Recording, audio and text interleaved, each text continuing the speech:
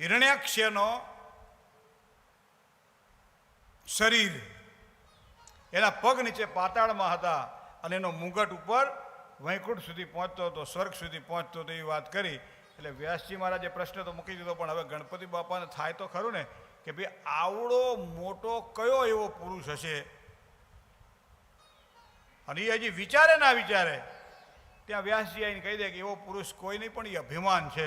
અભિમાનના પગ પાતાળમાં હોય અને એનું માથું ઉપર હોય. અભિમાની કોઈ દાડો કોઈને જવાબ ના આપે, અભિમાની કોઈ દાડો જવાબ ના આપે. બરાબર? એક જ ઉદાહરણ તમને આપું.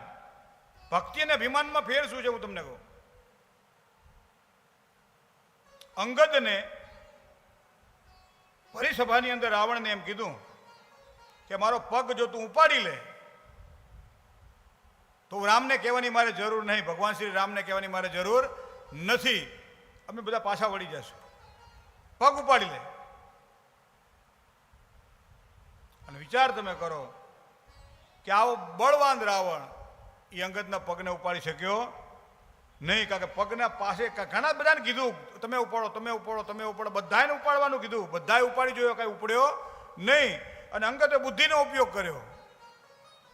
જ્યાં રાવણ આમ પગ ઉપાડવા જાય અને અંગદ પોતાના મોઢામાંથી શબ્દ બોલ્યો કે મને પગે લાગે એના કરતાં રામને પગે લાગે ને તો તારો ભાવ સુધરી જાય. એ અંગદનો પગ ઉપાડી શક્યા નથી, પણ કૈલાસ પર્વત ભગવાને ઉપાડી લીધો. ભગવાનનો કૈલાસ પર્વત ઉપાડી લીધો. બોલો, પ્રશ્ન થાય ને આપણને. અંગદનો પ્રશ્ન ન ઉપાડી શકે, એ કૈલાસ પર્વત કેવી રીતે ઉપાડી શકે?